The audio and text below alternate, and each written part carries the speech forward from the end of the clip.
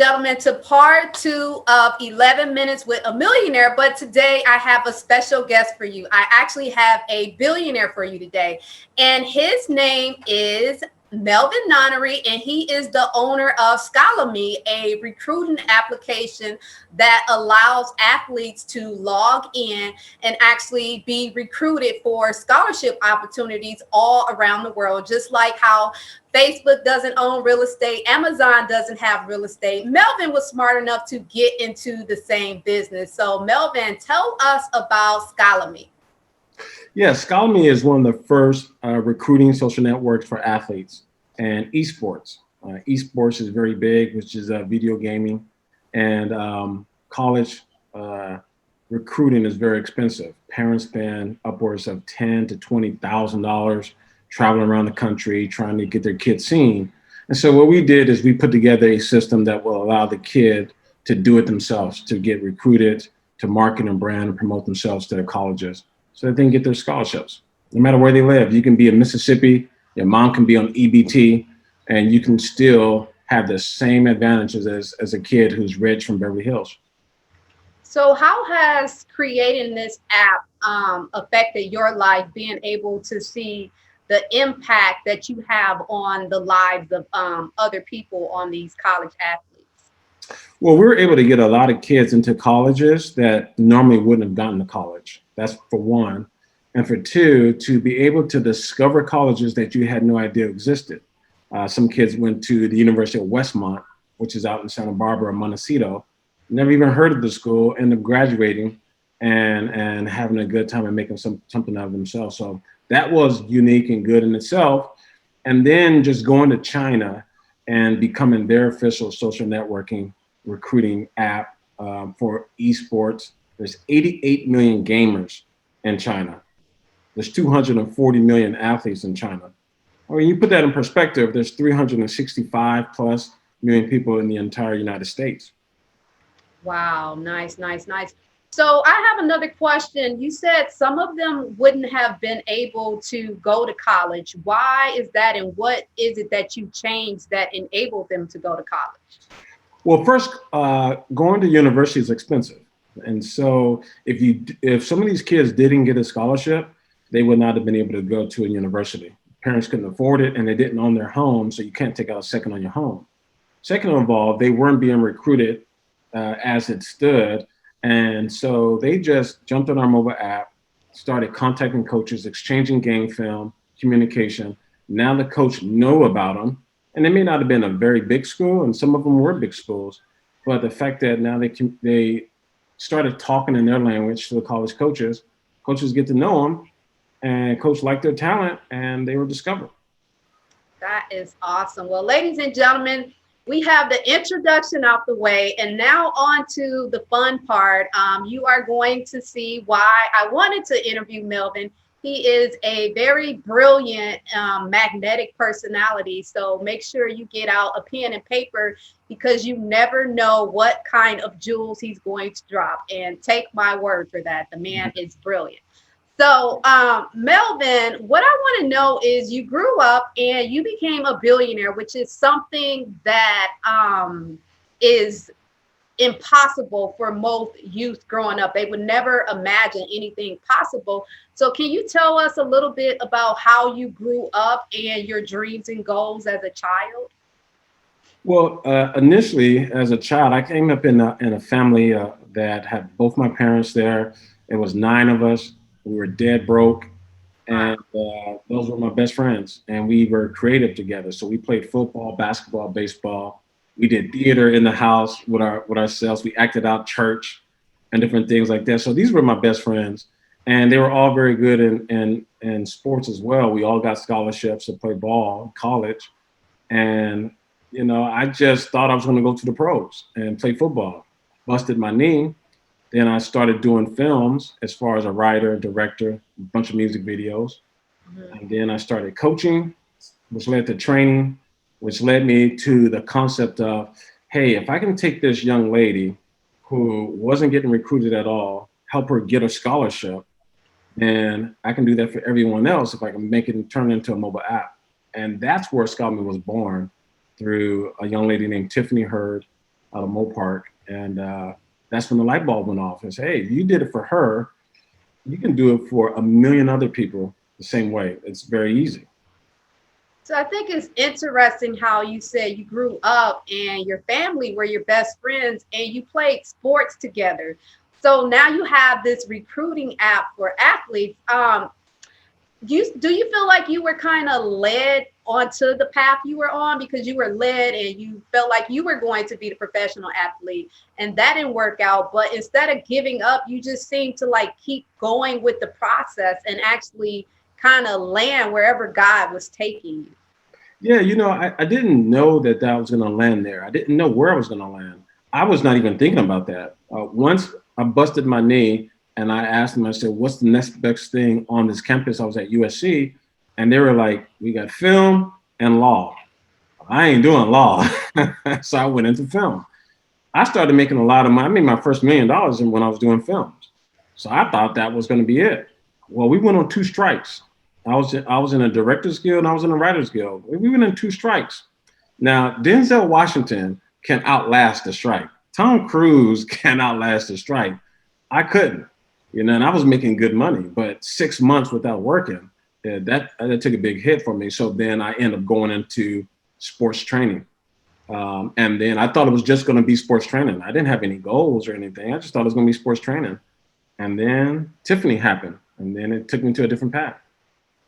So what do you mean you didn't have any goals? Because how does a man get to your level without goals?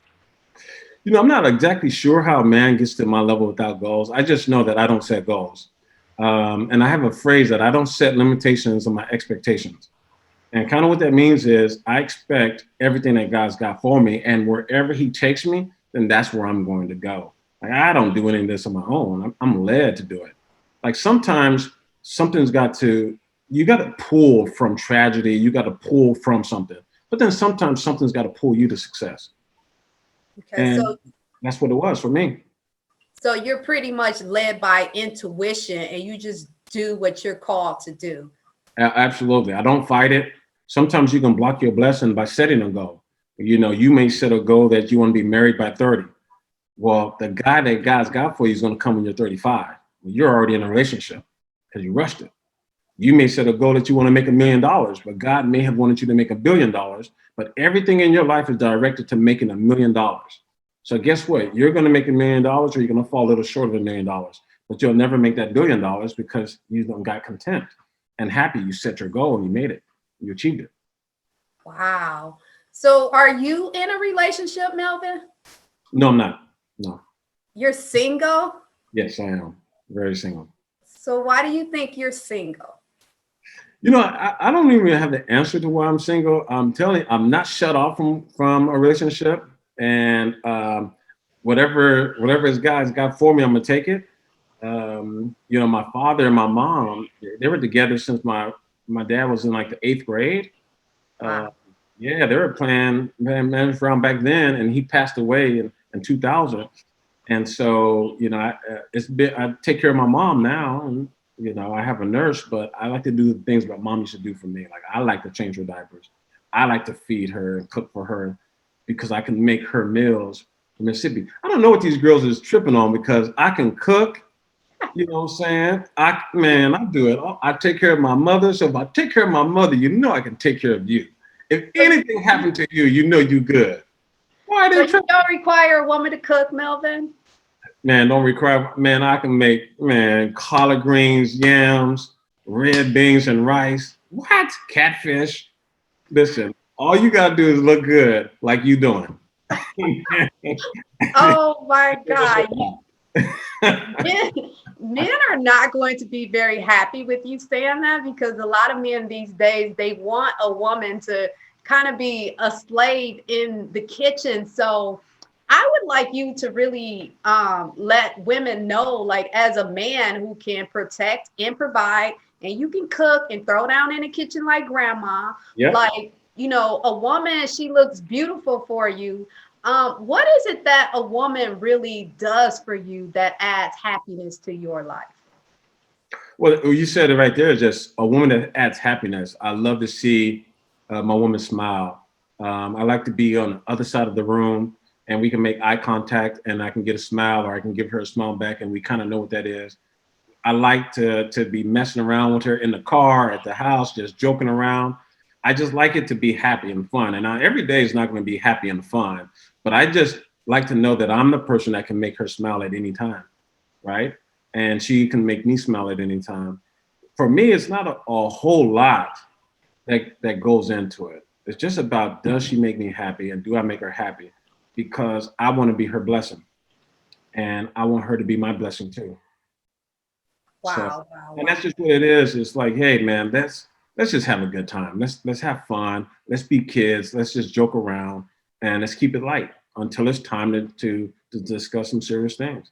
But I want to be her best supporter. You know, anything that she's doing, I want her to make me change my schedule, right? And when you find the right one, she'll make you change your schedule, change your flight, and do things like that and surprise her and stuff. I'm kind of romantic. I kind of romantic. You are. So how are you managing to keep women off of you right now, Mel? Because you're sounding like really amazing. I don't know if it's keeping women off. I think that I stay going forward. And so I don't have my head on a swivel. So it's going to be something where I'm going to run into a woman or a woman's going to run into me on my path. And then I'm going to grab her by the hand and we're going to start moving forward together. Okay. So is it safe to say that right now you're more so looking for like a spiritual connection? Because we all know there's like tons of beautiful women in the world and a lot of women are fun, but I hear a lot of men often say like, oh man, pretty women, they just stupid. They don't have a brain. So we're like, we want to know like, what are you not meeting? Like, what is it that's like missing? No, for me, it's not that. I think I meet some very intelligent women. And I think I meet some very beautiful women. And sometimes it's just not the right time Right. or the distance between us. I've met some women that I thought that, this could be it, but the distance was kind of far. And we both had to be able to handle that. I met some very intelligent women. And it really piqued my interest because she was intelligent. But sometimes it's just not the right timing. And so I don't know what the timing is and when the timing is, but I can tell you that I'm not shut off to meeting a very nice woman. And she doesn't have to be successful. She doesn't have to be, it's whatever God puts in front of me. And then you just kind of know. Okay. You said earlier that you had a few failures. And we all know that failure kind of hurts, it kind of depresses you. And sometimes like people feel like giving up. Like, what advice do you have? Like, what was your process of, okay, I used to have this and now I'm a little lower. Like, what was your mindset to pick yourself back up and go at it again? I hear that term a lot too, like failure depresses you and failure sets you back a little bit, but I've never experienced that. And I failed a lot. I've never failed to the point where I had depression. And I had millions of dollars and I went to zero. I had millions of dollars on private planes and I went to being homeless. But I've never felt like I failed. I was a failure. I didn't ever felt like it was embarrassing or anything because it was something that I did. I started the company and I lost the company. I created a business where I made all this money and then I lost it. So why would I let somebody else make me feel a way about my achievements, what I did, my achievements or my failure? So I never had, and I guess I'm fortunate, I'm blessed, but I've never had the woe is me moments when it comes to failure. I embrace those and I like it. I always know that I have a God that didn't just make one plane. He didn't make $1 million. He didn't make one company. So if he made one, he could make it again. So I always knew that I can bounce back. Just don't know how long it's going to take me to bounce back. And in that bounce back, there's a lot of struggle that you go through, a lot of mind games that you go through. But if you're solid with God, you just know that you got to keep living and keep moving. And if you keep moving, he's going to take care of the rest. So I've never really had that, to be honest with you. The embarrassment and stuff like that, you can't embarrass me with something that I do. because you know where you're going. You seem to have this really close connection to God. Like, how is it that you managed to say you managed to stay so close to God that you like stay in alignment with your purpose and you don't have a fear? And like the saying now is, fail your way to the top, fail fast as possible. And you grew up with 9 kids. Like, surely you weren't wealthy. You seem to have a really, really strong wealth mindset, and you have a lot of gratitude and just this serious knowing of who you are. Like, were you born that way, or did you develop this mindset? Man, I'll tell you, I was born in the church. My pastor is still my pastor, right? He's been my pastor for 49 years, and he's still my pastor. He's the only pastor I've ever known. My mom and dad had us in church every Sunday and every Sunday night at YPWW. We had to say the Cogent and all that stuff, man, Bible study on Tuesdays. And so we grew up that until I started playing high school sports. And then I didn't have to go to church on Friday night because I was playing ball. And so, but I always knew who God was, right? And now my alignment with God is the background that I have from being young and in the church. But I tend to play jump rope a little bit because when I talk, I just talk raw, and I'll curse and I'll do all this other stuff, man. And it ain't in alignment with God, but I know who he is. And then I ask for forgiveness and I keep it moving. I repent and I keep it moving. Some of these ladies make me repent sometimes. I got to keep moving. But I know who my God is. I know who my God is. Yeah. And what keeps me grounded is the fact that I try to take care of my pastor and his wife, and I take care of my mom. I can be talking about $100 million deal, and this has actually happened, right? I was on the phone negotiating it was like $150 million deal. Mm-hmm. I put the phone on speakerphone. I moved the nurse away because she was getting ready to change my mom. I moved her away, and I had the phone on speakerphone, and I'm wiping my mom's butt full of crap, diaper full of crap and stuff like that. But I wanted to make sure that as long as I'm here, I'm doing the things that my mom used to do for me. And things like that keeps you grounded. It doesn't let you get too big. There's a purpose. And my mom would have never left me hanging. And I'm not gonna leave my mom hanging. And that's one of the things my father said when he was dying was to take care of your mother. I didn't know what meant this. I thought it was financially, because I was taking care of my mom and dad at the time. But I thought it was financially. And I was like, Dad, I got it. Don't even trip. Then when she had her stroke and then had a second stroke, she's been with me ever since.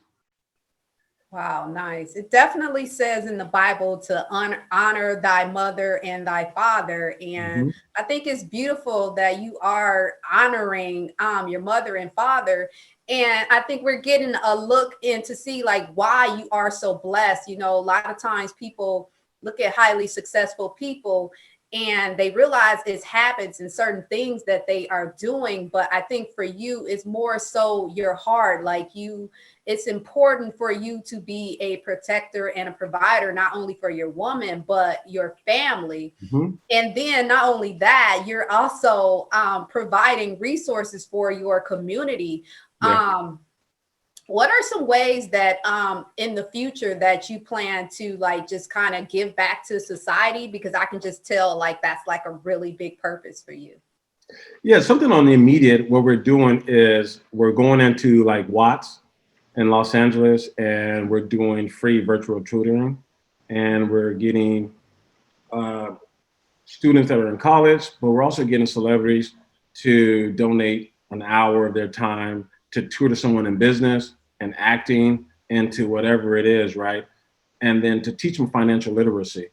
Because one of the things that sets us apart and makes me different from my friends is the financial literacy part, that I sat with some of my white friends' fathers and mothers and actually learned it and picked it up. And I dealt with different people in business. So a couple of things is teaching our community financial literacy is going to be very huge. The other thing that I'm working on is creating a loan system that will allow peer-to-peer to loan each other money. So imagine somebody asks you to borrow $2,000 and they're going to pay you back in 3 months. Well, on our system, you'll be able to loan them that money and we will be able to report it to the credit bureau. So when they're paying you that monthly payment, it's actually improving their credit. And people don't understand how important credit is in our community. It is very crucial that you have good credit, therefore that you can actually, squeeze that bar a little closer to being able to be in the starting blocks for the race.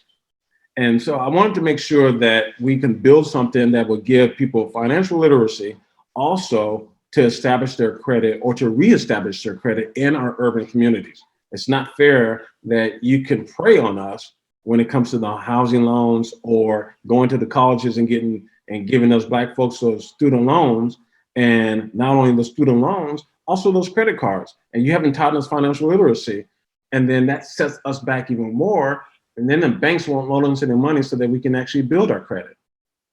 I'm going to do that for them. And I'm going to make sure that they're able to get peer-to-peer. If uncle loans you money, if your mom loans you money, your friend loans you money, your grandmother loans you money, it's going to go in your credit report and you're going to be able to establish your credit. Nice.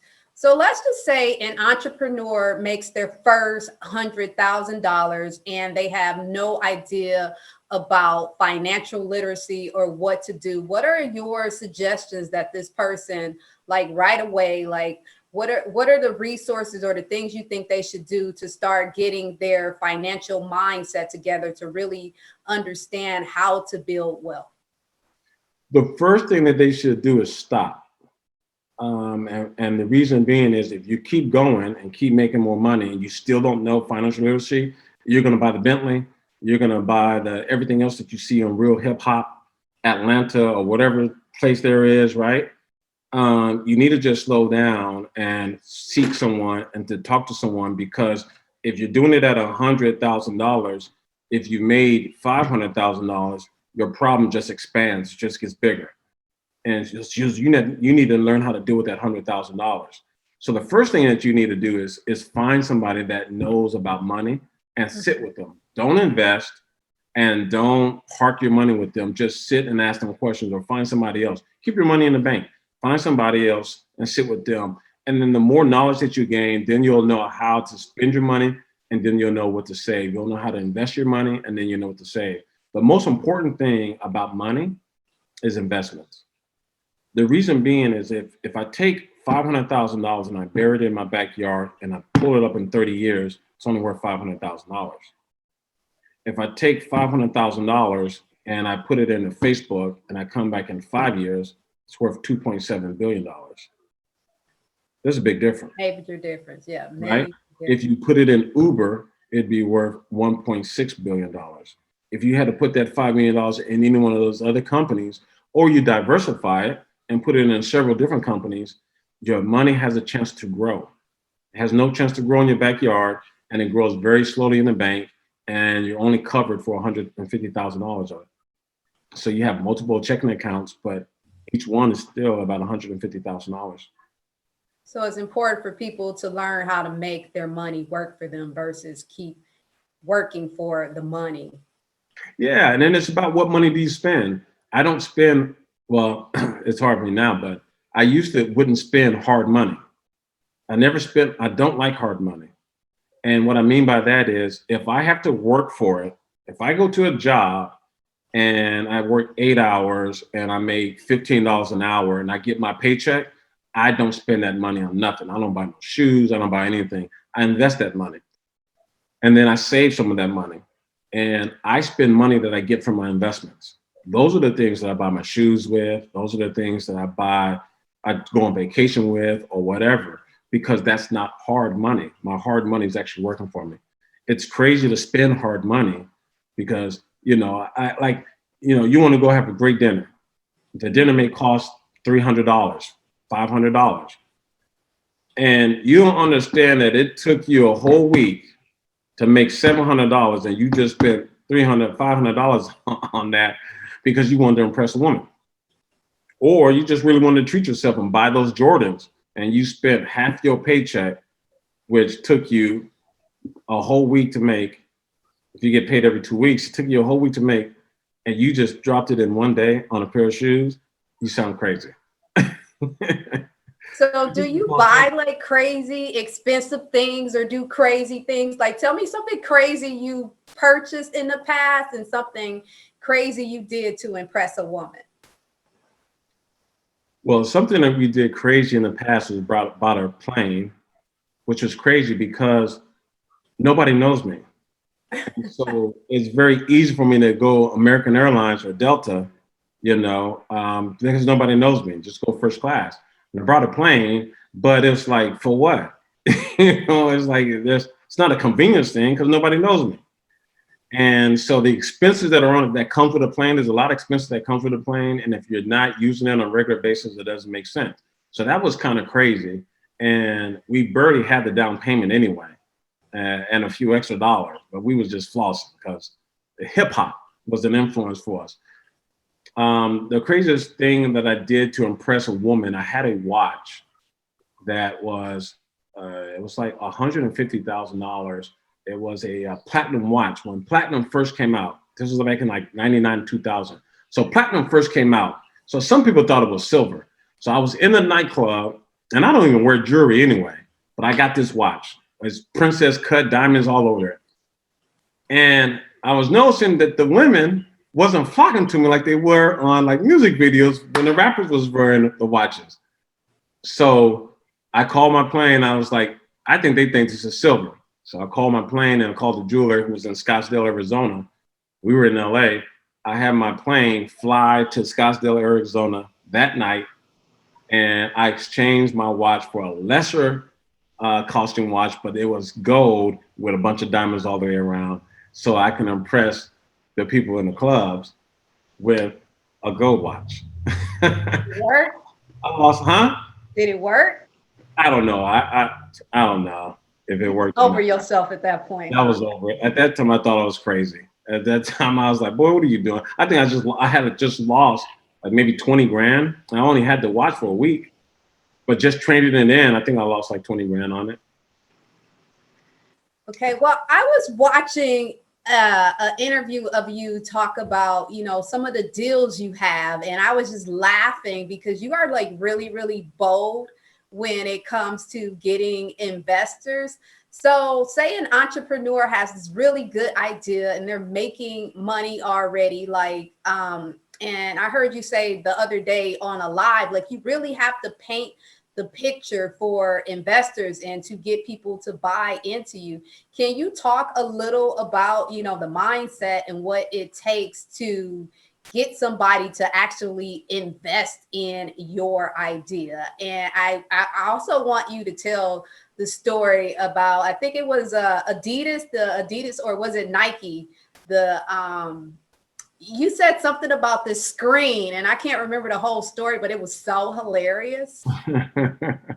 Yeah, it's about everything I do and everything I talk about is about painting a picture.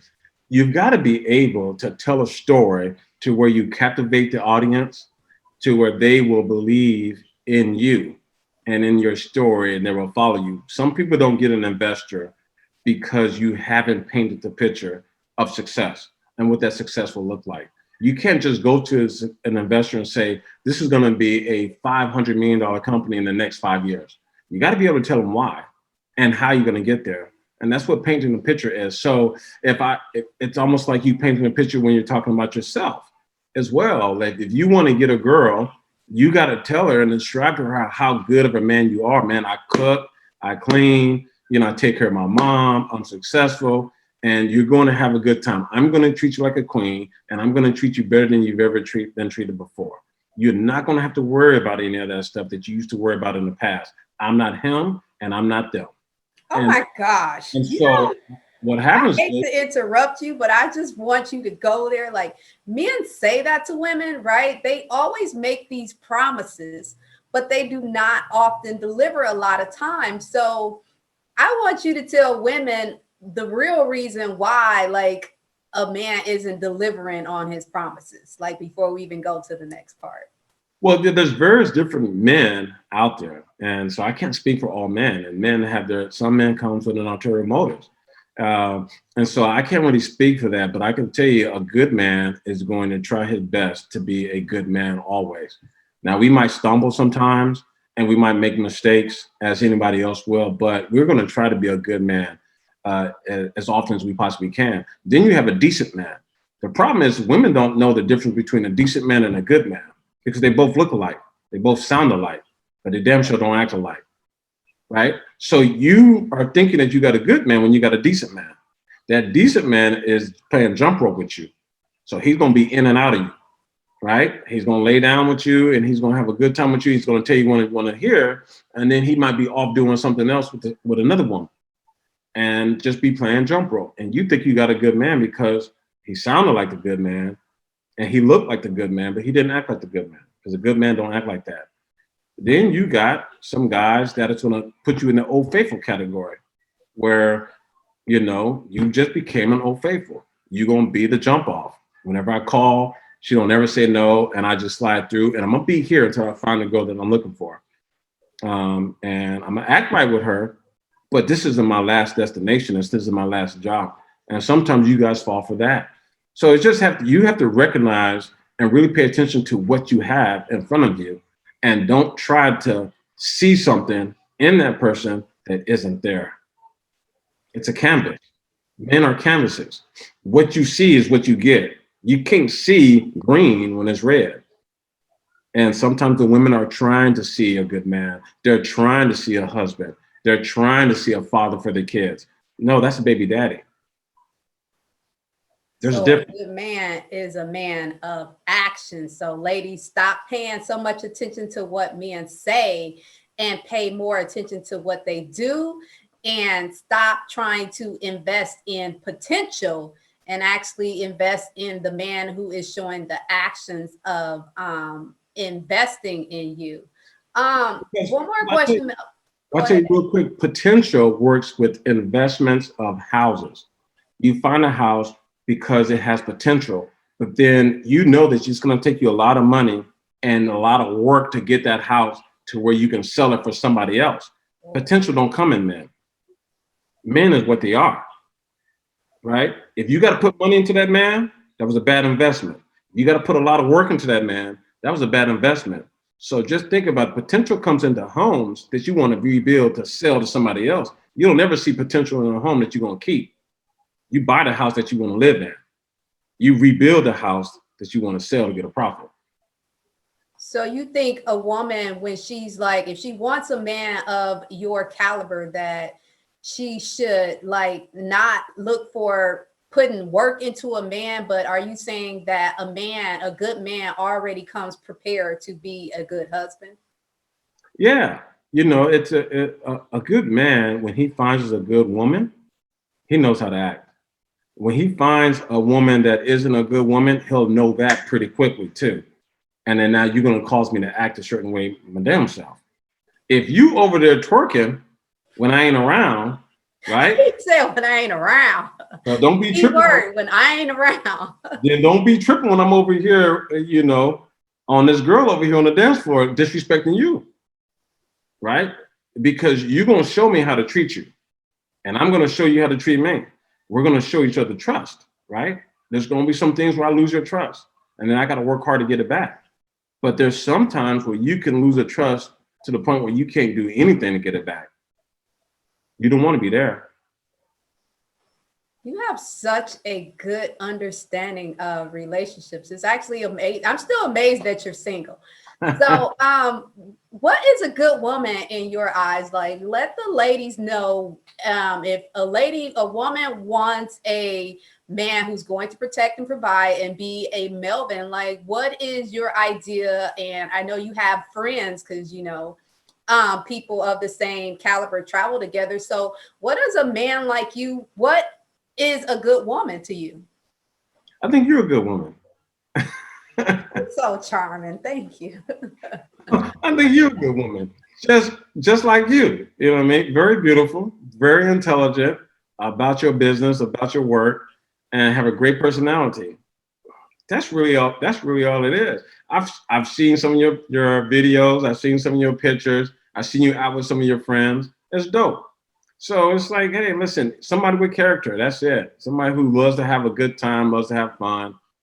And, you know, that's just what it is, man. It's not I'm not too picky at all. People would think, people are very picky at that time, but no, man, I want to have a good time. I want to find somebody that I have a good time with. I want to have somebody who's busy, and it could be busy with a foundation. It could be busy with the kids. It could be busy with something that I just want to be able to support you. See, I can support this that you got going on. You know what I mean? Right. Now, I'm gonna be big headed like at least all November. Like nobody is going to be able to tell me anything. Yeah, it shouldn't. Where you at anyway? Where are you located?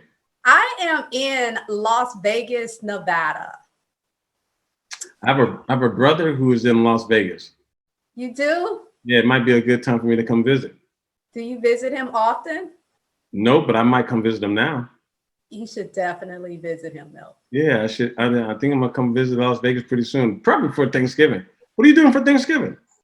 I don't know yet. I don't have plans. I may go see my grandmother, because my grandmother, she wanted me to come out for her birthday, and I was just out there, and I was like, I'm a little busy, but I'm going to see if I can see Thanksgiving or Christmas, because my grandma loves her her grandbaby who told her she was going to grow up and do all these amazing things, and she's just so tickled that little girl from the projects, like, she's like, I thought she was crazy, but she does it. So Where's your grandmother? My grandmother is in Wisconsin. That place that T-Pain sings about. Yeah. Put you up in a mansion in Wisconsin. Ain't a whole lot going on out there.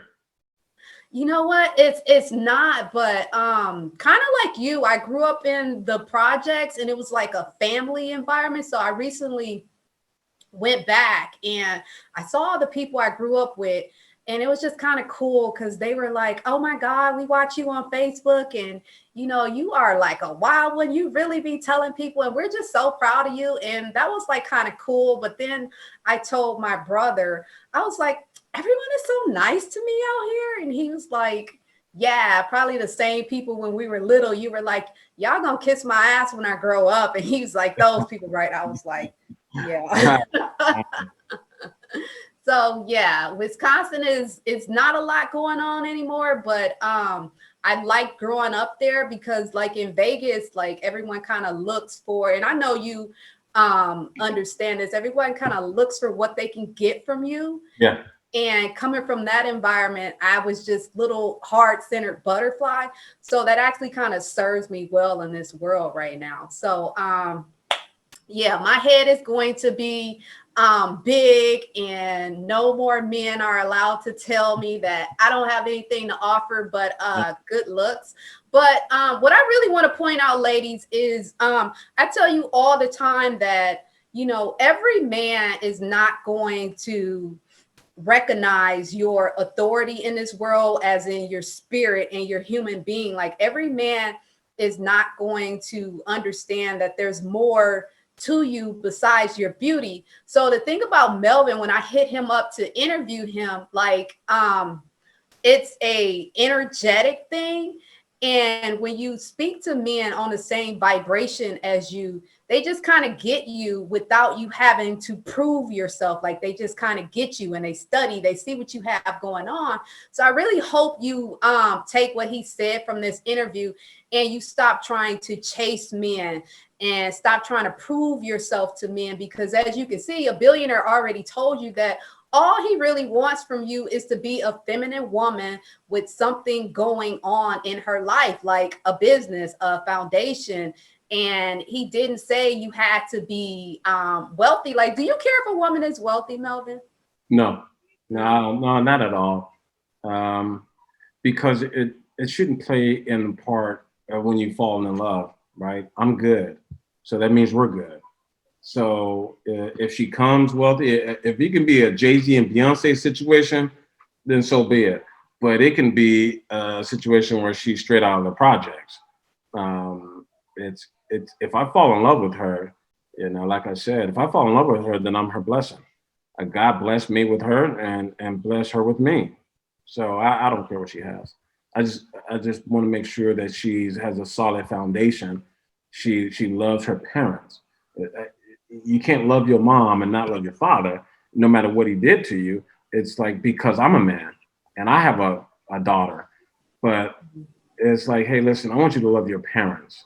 You may not get along with them, you may not understand some of the things, but if you're talking bad about your father, then you're talking bad about me. You're talking about my brothers. You're talking about my father. If you're talking bad about your mother, I would be the guy who's trying to get you back together. It's crazy. Like, I don't care what your mom did. We're gonna go see her. We're gonna go talk to her. We're gonna go dress this right now. That's just kind of who I am. So I'm big on family. Do you feel like women who grew up without a father in their home, like just from your dating experience, like, I know a lot of men say that women who grow up without a father are broken. Like, what is your experience dating women who didn't grow up with a father in their home? I don't know if they're broken. I definitely know that they missed out on something, but I don't know if they're broken. Because you can be damaged, you can be burnt, you can be bruised and never be broken. And you can be nicked and scarred. And I think sometimes it takes a good man to come and polish it off a little bit. But I don't necessarily see them as broken. I just see them as, I feel sorry for them because I couldn't imagine how I would have been without my father in my life, without my mother in my life. I would be missing something. A woman can't raise a boy to be a man. She can raise that boy to be the man that she never had. Hmm. The image that was in her head of a man. And then what normally you do is you raise a soft boy because you want that man to treat you a certain kind of way and do this with you and do that with you. And then you teach those values and those morals into that young man, and he'll be a little softer, instead of allowing him to be tough and then to grow up and then to learn from his mistakes and to do things. You want to shelter him because it's the image that you have in your head of what a man was, the man that you wanted, that you probably don't have. That's beautiful. It's so, so true also. So Melvin, for men, like I said, you have a really good grasp on relationships.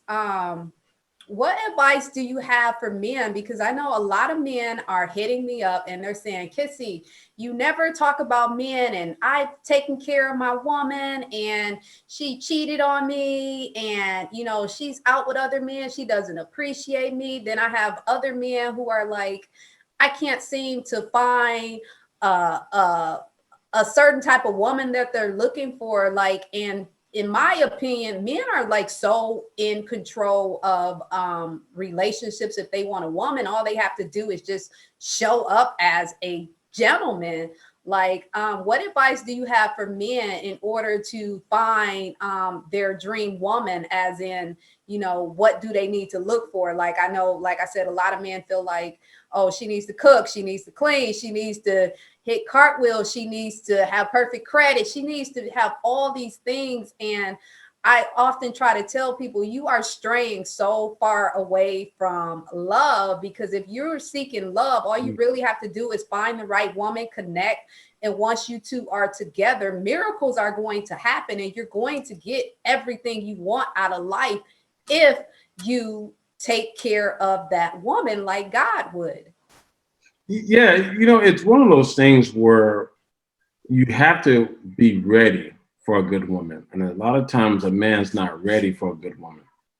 Therefore, he treats a decent woman bad or a good woman bad.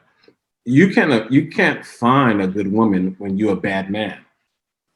Oh, Why would God give you a good woman when you ain't right? So I've waited a long time to make sure that I would be right when God wanted me to have a good woman, because I knew I wasn't right in my 20s. I'd have been a dog in my 20s. I'd been a dog in my 30s.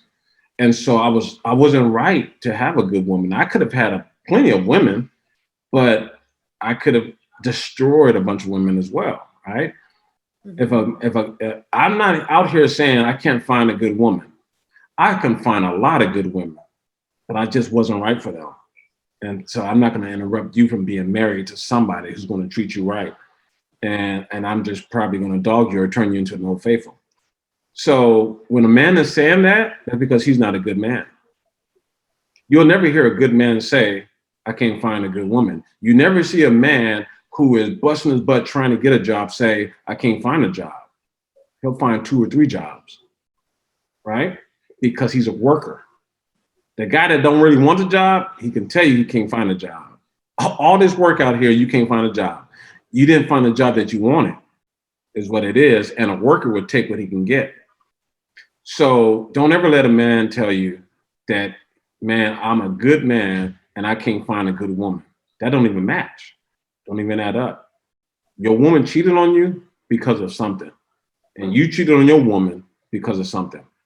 Y'all got to find out what that something was. And either you can fix it and not do it again, or you guys have to leave, especially when you're married, right? People stay married too long. And they stay married and it's just, they know it wasn't going to work 5 years ago. And they're 7 years down the road and now they can't stand each other. And they want to stay married because of the kids. But it's better to come from a broken home than to be in a broken home.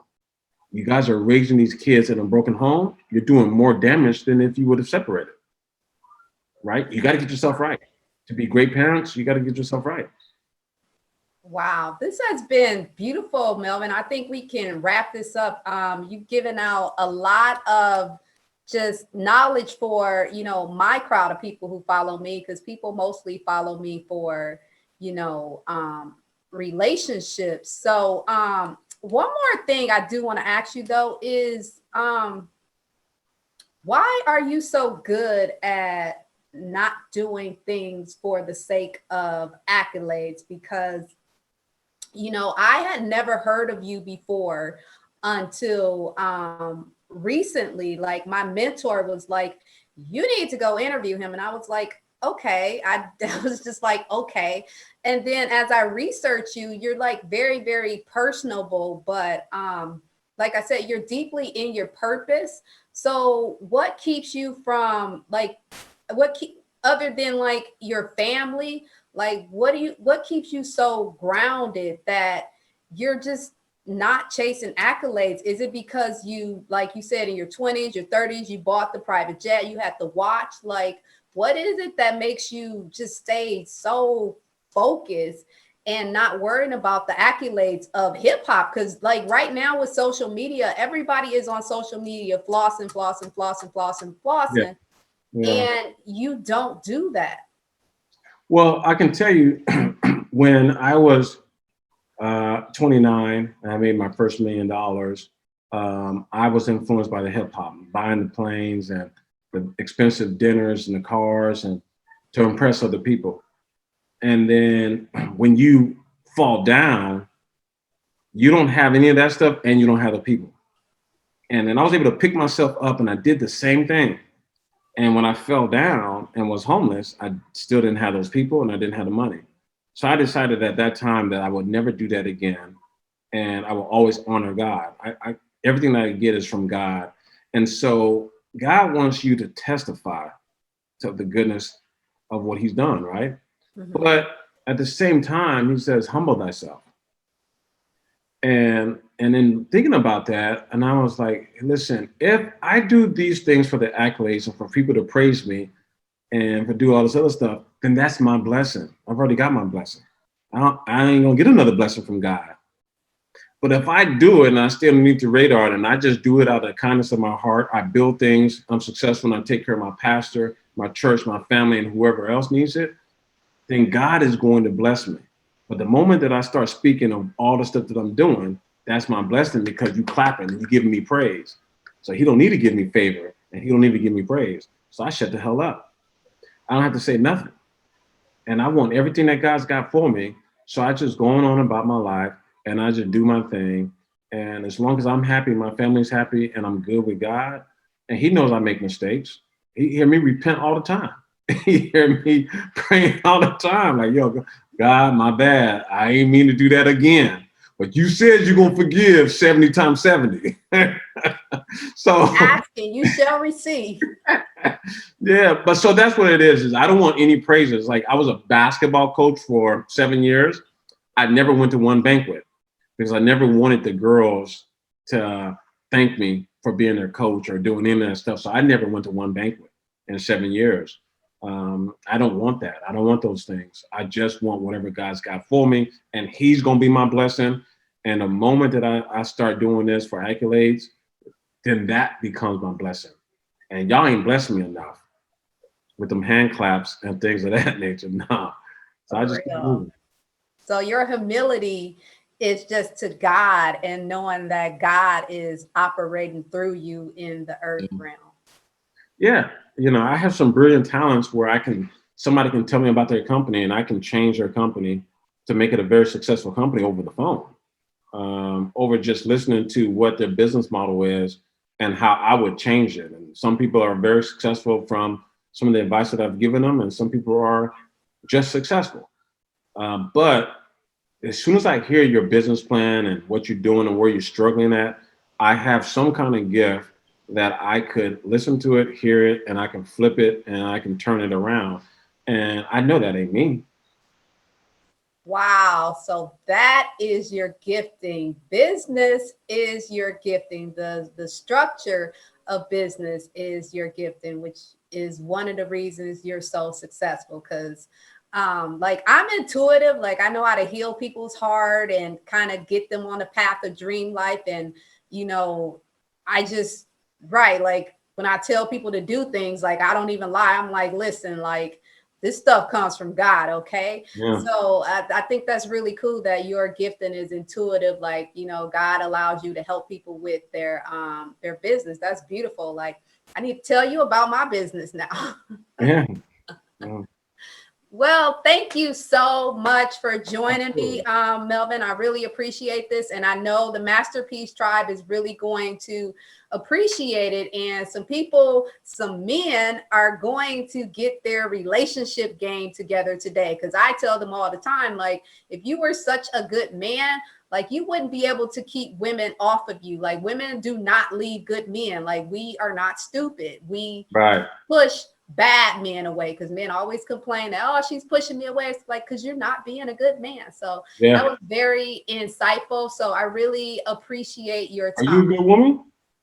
I am an amazing woman, Oh, but I just don't want to be anyone's woman right now because yeah. I'm focused on my purpose and my business. And most men require a lot of time and they don't necessarily understand that, you know, like they want women to cook and clean and do a million things, not understand that all you have to do is be a great man and that woman is going to serve you. Like Yeah.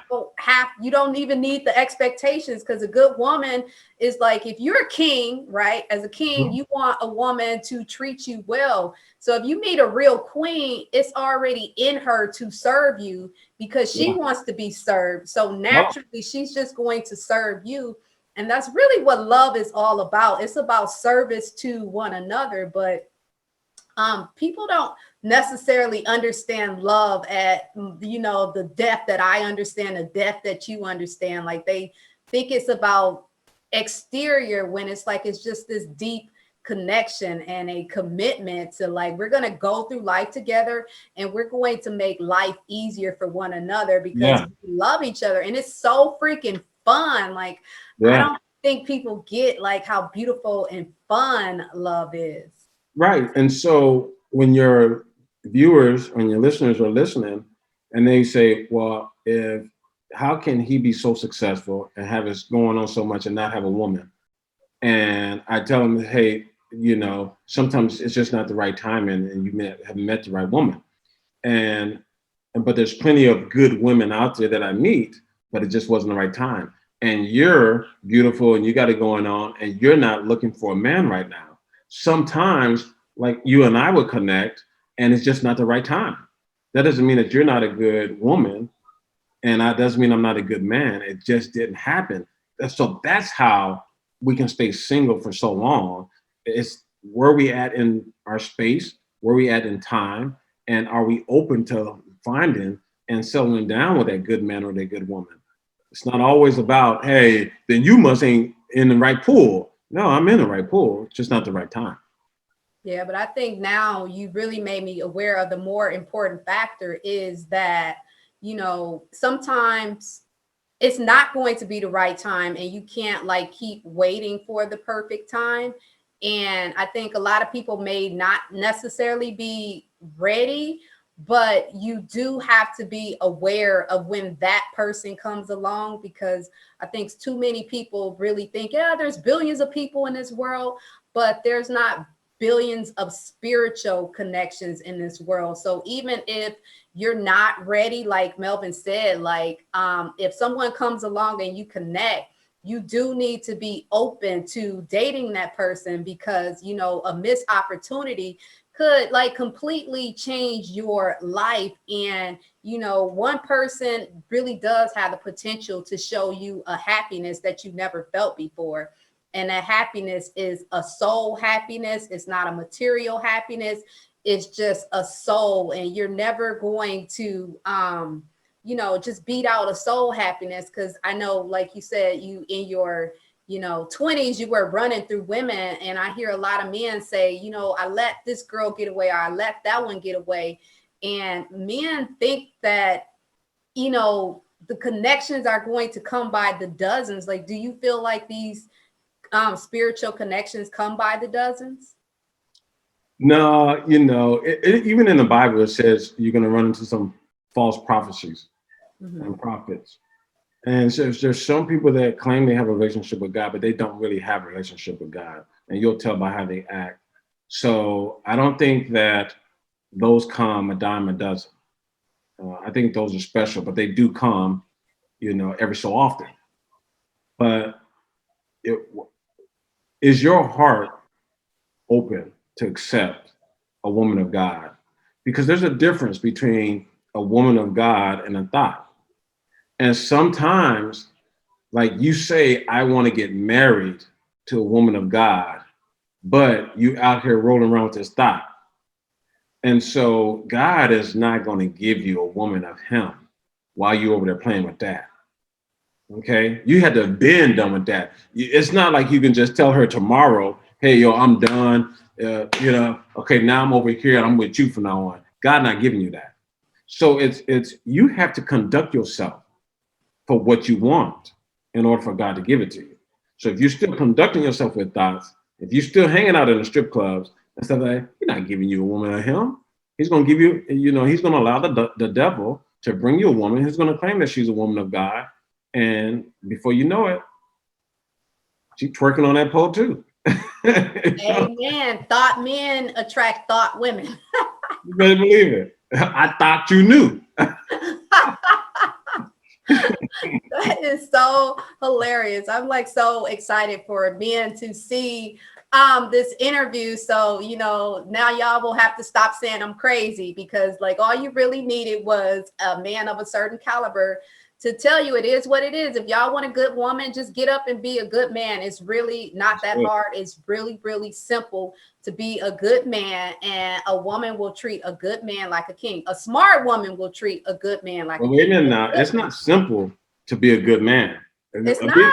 No, being a good man takes a lot of work. And some people ain't ready for that work. It's not simple being a good man, because you got to stop doing all those ways that you were just doing. So you got to be ready to put in the work to be a good man. It ain't gonna always be as you go. You know, some of these guys be like, man, you know, these black women out here, they be having these attitudes and all that other stuff. Man, you better be appreciative of a woman who checks you. Right? Oh my gosh. Okay. Like, okay. So we have to discuss that. So you're right. Men do, they get kind of off by women who speak their mind. And I often tell them that that's actually a better woman. The woman that speaks her mind, she's going to tell you about yourself, because that's the woman who really loves you for you. She's not there for your material possessions or anything else. And that's the woman that's actually going to take you into your higher being and your next self. But why do you think men think the just super quiet, submissive woman is the best woman for them? Because it allows them to be a jacked up dude. It allows you to be a liar. It allows you to be a cheater. Like Barack Obama can't just come home and tell Michelle anything. She ain't going for it. Right. Right? A good woman, a woman that checks you, is not going to just let you just tell her that you just came back from the moon. and With so boots on. and so what happens is when you don't want a woman to check you, that means you don't want any accountability. You want to continue to do what you're doing and be able to come home and tell her that I spent the night, I got drunk and I spent the night at so-and-so house. I didn't call you because I didn't want to wake you up, but it was all good. So then you don't have your cake and you ate it too, right? Because if I call my woman, she's probably going to say, I'll come get you. And then I'm stuck. I got to go home. I said, hey guys, I can't stay here tonight, man. She coming to get me. I'm not going to drive my car. You know, and so, but a lot of times when a woman checks you and she checks you about your friends and she checks you about some business thing, she's not checking you because she's a hater. She's checking you because she wants to make sure that you stay aligned, that you stay connected, that you stay good. Because some of your friends can have bad intentions and you be blinded by it because you think it's funny. It's funny until your woman is packing up all her stuff and she's leaving because you didn't listen. So, and then some of your friends is after you for your money, right? And you don't know it until you broke. But by that time, you're both broke, right? And so if you listen to your woman and she's checking on something, instead of saying that she's got an attitude, find out why she got an attitude and start looking at the person that she got an attitude with. And if they don't align and they can't connect and they can't do that, you got a decision to make. You can't say, you know, it's bros over hoes. If you love this woman, you got to let them go. See, friendship and loyalty has an expiration date. So sometimes, you know, I can't just be loyal to you because I went to school with you and I've only known her for 2 years. She treated me good and she don't have any ulterior motives and she doesn't, you know, try to get over on me ever.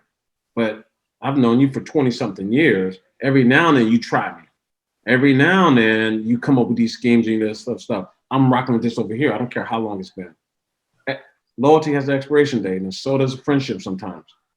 So when you fall in love with somebody, get checked. The best thing in the world is for me to be in a relationship with a woman that checks me. Bring your butt home. What are you doing out there? Ain't nothing good out there at 2 or 3 o'clock in the morning. You need to come home. Stop hanging out with that person. That person ain't no good. And this, that, and third. And eventually, it's gonna be me and her.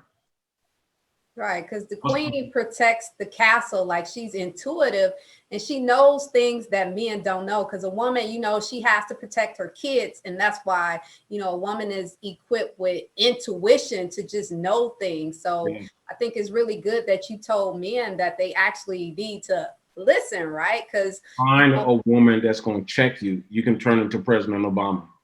But trust me, Michelle checked Obama. I've seen it. Michelle checks Obama. Did right? You've seen it? Yeah, she checks Obama. And so, but even as the president, she'll check him. But he respects that. And he respects her. Look at the relationship that they have, right? What scandal did he go through the White House? Nothing. Like nothing. Listen, like that's amazing. Michelle will come back from a trip 1:30, 2 o'clock in the morning. Obama had been home in the White House. He will go with the car to go pick her up and greet her from the plane and get in the car and then go back home. No matter how tired he is, that's a man, right? She earned that. She didn't just get that. She earned that. Ain't no cameras out there. Ain't nobody watching. She earned that. He could have stayed in bed. He could have did whatever he needed to do, man. And she does the same thing if the kids ain't around. Wow, that's amazing. That is so beautiful. So, Melvin, I'm glad we kept going because I forgot to ask you something that was really important, and everyone would be really upset with me if I did not ask you this because, so what are your social media handles? I'm still humble. So I'm still a guy. So I think I only have one social media handle. It's Instagram, and it's Melvin _Nunnery. Nunnery. But, you know, I have a LinkedIn I've never really logged into. I got a lot of people over there. You follow me on LinkedIn, you ain't going to get no response from me because I don't check that. But I do check my Instagram often. I do take a couple hours of my day to make sure that I respond to as many people as I possibly can during that day and so forth. And then sometimes, as you know, sometimes I will surprise some of the people and give them access to me by giving them out my real cell phone number and speaking to them for about 30 minutes or an hour about their business or so forth. And I'll do that maybe once a month, wherever. It's just random. And I feel like if you took the time to follow me and like some of my pictures and comment on some of my pictures, then I got to do something to give back to you too as well. And Melvin also drops really inspirational lives on his Instagram. Like his Instagram videos, like your brain will start tweaking because he says things in a certain way where you have understanding and clarity that maybe I paint the picture. Huh. You did. See, yes, you do. You paint the picture so well that the brain just starts going. Yep. So you have that gifting. I appreciate that. Well, thank you so much, Melvin. And I hope you have a very blessed day. And I'm really glad that God picked you because you are definitely just deeply walking in your purpose. And you are a beautiful reflection of just God manifested in this world. And like I said, I really appreciate your time. Absolutely. Thank you very much. I appreciate you too. You're doing a wonderful thing. I saw some of your previous videos, and so I like what you're doing. So keep it up. The people need you. Thank you, Melvin. Bye. All right. You have a good one.